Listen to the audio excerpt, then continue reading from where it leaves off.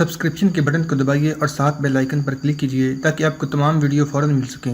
اس video پسند آنے کی صورت میں اسے لائک، کمنٹ اور شیئر کرنا مت بھولیں۔ اس نے فوج کا بیشتر حصہ امین الملک اور تیمور ملک کے سپرد کیا اور اپنے پرانے جانثاروں کے طوفانی دستوں کے ساتھ آگے بڑھ کر چنگیز خان کی فوج کے ہرابل کو شکست دی اور قریباً 5000 سپاہی تحت کر دیے۔ جب چنگیز خان ہرابل کے سالاروں کو لعنت و ملامت کر رہا تھا تو اس سے یہ خبر ملی کہ جلال الدین کے طوفانی دستوں نے پہاڑیوں کے عقب سے ایک لمبا چکر کاٹ کر عقبی دستوں پر حملہ کر دیا ہے اور رسد کا بہت سا سامان لوٹ لیا ہے۔ مٹھی پر جماعت کے ساتھ جلال الدین کی ان کامیابیوں نے اس کی فوج میں پھر ایک نئی روح پھونک دی، لیکن تاتاریوں کی قوت کا صحیح اندازہ کرنے کے بعد جلال الدین نے یہ فیصلہ کیا کہ دریائے سندھ تک پیچھے ہٹتا جائے گا اور اس دوران میں اسے ایک تو مزید تیاری کا موقع مل جائے گا، دوسرے عقب سے چھاپا مارنے والی فوجیں آئے دن تاتاریوں کے نقصانات میں اضافہ کر کے انہیں پہاڑوں کی اسلامت ناہی سلسلے میں اور آگے بڑھنے کا فیصلہ تبدیل کرنے پر مجبور کر دیں گی، اور پسپائی کی صورت میں چنگیز خان کا انجام شیگی توتو سے مختلف نہ ہوگا۔ صحرائے گوبی کا گرگ بارہ دیدہ ان خطرات سے بے خبر نہ تھا۔ اسے معلوم تھا کہ شیر خوارزم اسے اپنی خطرناک کچھار میں لا رہا ہے، لیکن آگے بڑھنے کی بجائے پیچھے ہٹنا زیادہ خطرناک سمجھتے ہوئے اس نے قدم قدم پر سخت ترین نقصانات کی پرواہ نہ کرتے ہوئے اپنی رفتار تیز کر دی۔ جلال الدین نے امین ملک اور تیمور ملک کو حکم دیا کہ وہ فوراً مستقر کو چھوڑ کر اپنی فوجیں مشرق کی طرف لے جائیں اور خود 8000 جان بازوں کے ساتھ تاتاریوں کی رفتار کم کرنے کی تدابیر سوچنے لگا۔ ایک صبح تاتاری جب سورج کے سامنے سربستیوت تھے، جلال الدین نے ایک پہاڑ کے عقب سے نمودار ہو کر ان کے لشکر کے بائیں بازو پر حملہ کر دیا، اور جب تک دوسری وادی سے کلب لشکر کے سپاہی بائیں بازو کی فوج کی مدد کے لیے پہنچے، جلال الدین 3000 تاتاریوں کو موت کی گھاٹ اتار کر پہاڑیوں میں غائب ہو چکا تھا۔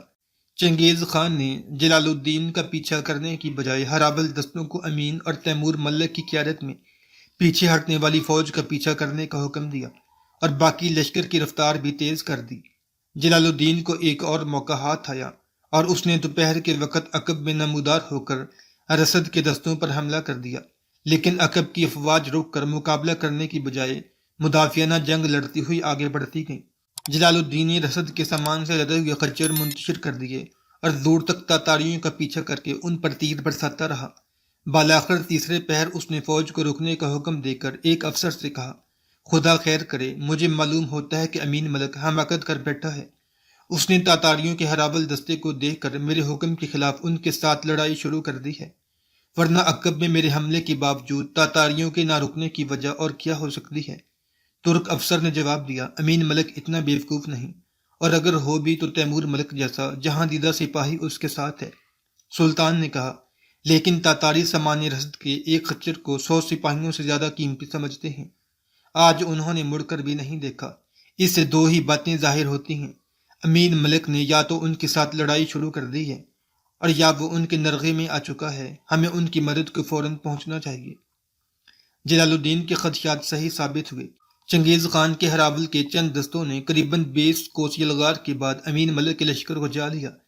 امین ملک نے یہ سمجھ کر کہ ان کی تعداد بہت تھوڑی ہے اور پیچھے جلال الدین کے حملوں کے باعث چنگیز خان اتنی بڑی فوج کے ساتھ نہایت معمولی رفتار سے پیش قدمی کر رہا ہوگا، فوج کو ٹھہرنے کا حکم دے کر ان پر حملہ کرنا چاہا، لیکن تیمور ملک نے اس ارادے کی مخالفت کی اور اسے سمجھایا کہ ہرابل کو اس قدر تیزی سے آگے بھیجنے سے چنگیز خان کا مقصد اس کے سوا کچھ نہیں ہو سکتا۔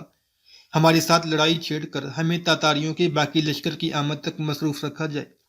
بہتر یہ ہوگا کہ آپ مجھے 2000 سواروں کے ساتھ ان دستوں سے نمٹنے کے لیے پیچھے چھوڑ دیں اور اپنی پسپائی جاری رکھیں۔ لیکن امین ملک نے یہ مشورہ قبول نہ کیا اور پیچھے مڑ کر تاتاریوں پر حملہ کر دیا۔ تاتاری تھوڑی دیر مقابلہ کرنے کے بعد بھاگ نکلے۔ امین ملک نے لشکر کو دوبارہ کوچ کرنے کا حکم دیتے ہوئے تیمور ملک سے کہا، دیکھا آپ نے، مجھے یقین تھا کہ یہ چنگیز خان کے ہرابل دستے نہیں بلکہ کسی طرف سے کوئی اور گروہ اس طرف آ نکلا ہے۔ چنگیز خان کی فوج نے بڑی تیزی سے کام لیا ہوگا تو بھی ہم سے 10 کوس دور ہوگی۔ تیمور ملک نے جواب دیا، ہو سکتا ہے کہ آپ کا خیال صحیح ہو، لیکن ہمیں جلدی کرنی چاہیے۔ امین ملک نے لشکر کو کوچ کا حکم دیا، لیکن اچانک اسے قریباً 3000 تاتاری ایک پہاڑ سے وادی کی طرف اترتے ہوئے دکھائی دیے۔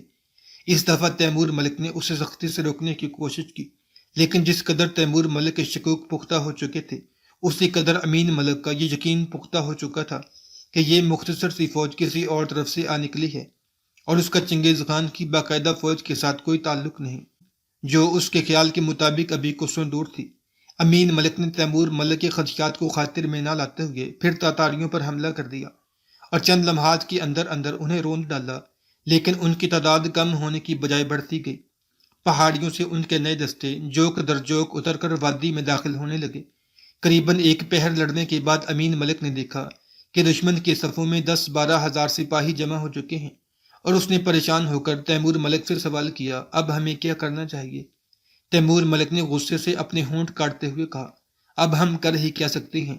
چنگیز خان کی ہراول کی تمام فوج اس وادی کے ارد گرد جمع ہو چکی ہے۔ آس پاس کی تمام پہاڑیوں سے انہیں مار بھگائے بغیر ہم آگے نہیں بڑھ سکتے۔ کاش آپ میرا مشورہ قبول کرتے، لیکن اب غلطیوں پر اظہار افسوس کا موقع نہیں، تلافی کا موقع ہے۔ تو آپ رہنمائی کیجیے، مجھے اب ایک سپاہی سمجھیے۔ تیمور ملک نے امین کو 30,000 سپاہی دے کر آس پاس کی پہاڑیوں پر قبضہ کرنے کے لیے کہا اور خود باقی فوج کے ساتھ وادی میں اترنے والی افواج کے مقابلے پر ڈٹ گیا۔ عصر کے قریب یہ وادی اور آس پاس کی پہاڑیاں تاتاریوں سے خالی ہو رہی تھی، لیکن اس عرصے میں چنگیز خان کی باقاعدہ فوج پہنچ گئی۔ امین ملک نے اپنے 30,000 سپاہیوں کے ساتھ ایک پہاڑی سے اتر کر دوسری وادی میں چنگیز خان کے لشکر کے دائیں بازو پر حملہ کر دیا، اور اس کا یہ حملہ فتح کی خواہش سے زیادہ اپنی غلطی کی تلافی کے لیے تھا۔ دوسری وادی میں جہاں تیمور ملک لڑ رہا تھا، چنگیز خان مقدمۃ الجیش کے ساتھ خود پہنچ گیا۔ تیمور ملک نے ڈٹ کر مقابلہ کیا، لیکن تھوڑی دیر چنگیز خان کی میسرہ کی فوج بھی اس وادی میں داخل ہو چکی تھی۔ تیمور ملک شام کی تاریکی سے فائدہ اٹھانے کی امید میں لڑتا رہا۔ دوسری وادی میں امین ملک کے پاؤں اکھڑ چکے تھے، لیکن اچانک جلال الدین کے پہنچ جانے سے بچے کھچے سپاہیوں نے بھاگ نکلنے کا ارادہ ترک کر دیا اور جان توڑ حملے کرنے لگے۔ جلال الدین نے چند حملوں میں میدان صاف کر دیا اور امین ملک کے قریب جا کر سوال کیا، مجھے تمہاری حماقت کی سزا ملی ہے یا قدرت نے میری بدقسمتی میں اضافہ کرنے کے لیے تیمور ملک جیسے جہاندیدہ سپاہی کے دماغ میں بھی جنون کے آثار پیدا کر دیے ہیں؟ امین ملک نے ندامت سے سر جھکاتے ہوئے جواب دیا، یہ میرا قصور ہے۔ تیمور ملک نے مجھے منع کیا تھا، میں نے اس کا کہا نہ مانا۔ مجھے یقین تھا کہ تاتاری بہت دور ہوں گے۔ خدا ہر انسان کو تمہارے جیسے احمقوں کی دوستی سے محفوظ رکھے۔ اب میں تمہیں ایک کام سونپتا ہوں، تم فوراً غزنی کی طرف روانہ ہو جاؤ اور میرے بیوی بچوں کو لے کر کسی محفوظ مقام کی طرف نکل جاؤ۔ اہل شہر کو بھی یہ مشورہ دو کہ وہ ہندوستان کی سرحد کی طرف نکل جائیں۔ جلال الدین نے اس وادی میں رہی صحیح فوج کو منظم کر کے چند پہاڑیاں عبور کرنے کے بعد تیمور ملک سے نبرد آزما ہونے والی فوج پر حملہ کر دیا اور تیمور ملک کے ارد گرد گھیرا ڈالنے والی صفوں کو درہم بھرم کرتا ہوا اس کی فوج سے جا ملا۔ جب شام کی بڑھتی ہوئی تاریکی میں کسی کو دوست اور دشمن کی تمیز نہ رہی، جلال الدین ایک طرف زوردار حملوں سے میدان خالی کرتا ہوا قریباً 8,000 سپاہیوں کے ساتھ وادی سے نکل گیا، لیکن چنگیز خان کے حکم سے تاتاریوں نے اس کا پیچھا نہ چھوڑا۔ رات کے وقت اس کے کئی سپاہی گھوڑے زخمی ہونے کی وجہ سے پیچھے رہ گئے اور کئی بھٹک کر ادھر ادھر نکل گئے اور بعض نے مایوسی کی حالت میں اس کا ساتھ چھوڑ دیا۔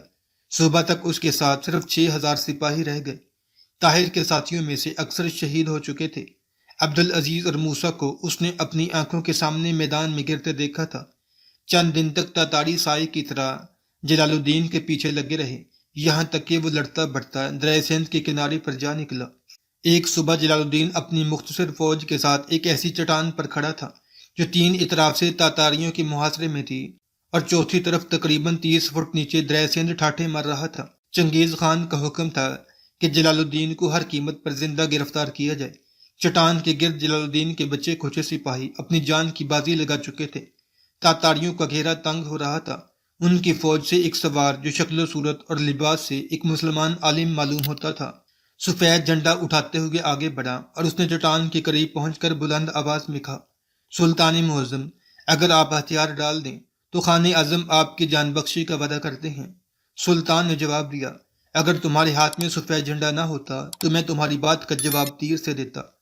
جاؤ اس ڈاکو سے کہو کہ میں ذلت کی زندگی پر عزت کی موت کو ترجیح دیتا ہوں۔ طاہر نے چنگیز خان کے الچی کو ایک ہی نگاہ میں پہچان لیا، یہ محلب بن داؤد تھا۔ چنگیز خان نے چند دستوں کو حملے کا حکم دیا۔ جلال الدین کے سپاہیوں کے تیروں اور پتھروں کی بارش سے چٹان کے نیچے تاتاریوں کی لاشوں کے ڈھیر لگ گئے۔ چنگیز خان نے یہ دیکھ کر زیادہ سپاہی بھیج دیے۔ جلال الدین کے سپاہی ایک ایک کر کے کٹنے لگے۔ وہ پیچھے ہٹتے ہٹتے چٹان کے آخری سرے تک جا پہنچے۔ قدرت نے ہمیں آگے اور پانی میں سے ایک شے منتخب کرنے پر مجبور کر دیا ہے، تمہاری رائے کیا ہے؟ تیمور ملک نے جواب دیا، مجھے یقین ہے کہ پانی کی لہریں آگ کے شعلوں کی طرح بے رحم ثابت نہیں ہوں گی۔ بہت اچھا، میں رہنمائی کرتا ہوں، تم سپاہیوں کو تیار ہونے کا حکم دو۔ سلطان نے بھاری زرہ اتار کر پھینک دی، گھوڑے کو آگے بڑھایا اور ایک لمحہ خوفناک لہروں کو دیکھنے کے بعد ایڑ لگا دی۔ تیمور ملک نے چند آدمیوں کے سوا باقی سپاہیوں کو دریا میں کودنے کا حکم دیا۔ جب اپنی باری آئی تو تیمور ملک کی نگاہ طاہر پر جا پڑی۔ وہ چند قدم کے فاصلے پر گھوڑے کی گردن پر سر ٹیکے ہوئے تھا۔ اس کی زرہ میں چند تیر لگے ہوئے تھے اور اس کا وفادار نوکر زید نیزے کے ساتھ دو تاتاریوں کو روکنے کی کوشش کر رہا تھا۔ تیمور ملک گھوڑا بڑھا کر آگے بڑھا اور تاتاریوں میں سے ایک کی گردن اڑا دی۔ دوسرے تاتاری کو زید گرا چکا تھا۔ اتنی دیر میں چند اور تاتاری پہنچ گئے۔ تیمور ملک نے طاہر کو کھینچ کر اپنے گھوڑے پر ڈالتے ہوئے زید اور باقی سپاہیوں کو دریا میں کودنے کا حکم دیا اور خود بھی اپنے گھوڑے کو چٹان کے سرے پر لے جا کر ایڑ لگا دی۔ عبد الملک دریا کے کنارے تذبذب کی حالت میں کھڑا تھا، لیکن جب طاہر کو تیمور کی حفاظت میں دیکھا تو اس نے بھی چھلانگ لگا دی۔ چنگیز خان نے خوارزم شاہ کو زندہ پکڑنے کی نیت سے اپنے سپاہیوں کی معمولی تعداد چٹان پر حملہ کرنے کے لیے روانہ کی۔ جب تاتاری چٹان کے اوپر کھڑے ہو کر دریا کی طرف اشارہ کر کے چلانے لگے تو وہ بھاگتا ہوا چٹان پر چڑھا۔ جلال الدین کے اکثر ساتھی تاتاریوں کے تیروں اور بعض دریا کی تند تیز موجوں کا شکار ہو چکے تھے، لیکن جلال الدین تیروں کی زد سے دور جا چکا تھا۔ وہ دوسرے کنارے پہنچ کر ایک ٹیلے پر چڑھا اور اطمینان کے ساتھ بیٹھ گیا۔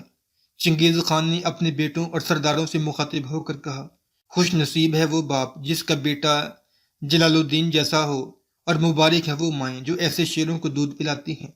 چنگیز خان کے بعض سپاہیوں نے جلال الدین کے تعاقب میں دریا عبور کرنے کی اجازت طلب کی، لیکن اس نے کہا، یہ دریا ترکستان کے چھوٹے چھوٹے دریاؤں سے مختلف ہے اور دشمن کے ترکش تیروں سے خالی نہیں۔ تیمور ملک نے طاہر کو دریا کے کنارے لٹا کر اس کی زرہ کھولی، زخموں پر پٹیاں باندھی اور کہا، طاہر اب تمہاری طبیعت کیسی ہے؟ اس نے اٹھ کر بیٹھتے ہوئے جواب دیا، میں بالکل ٹھیک ہوں۔ مجھے صبح سے پانی پینے کا موقع نہیں ملا تھا، اس لیے بھوک اور پیاس کی وجہ سے چکر آ گیا تھا، اور دریا میں ٹھنڈا پانی میں نے جی بھر کر پیا ہے۔ قریباً 700 سپاہی دریا عبور کر کے جلال الدین سے جا ملے۔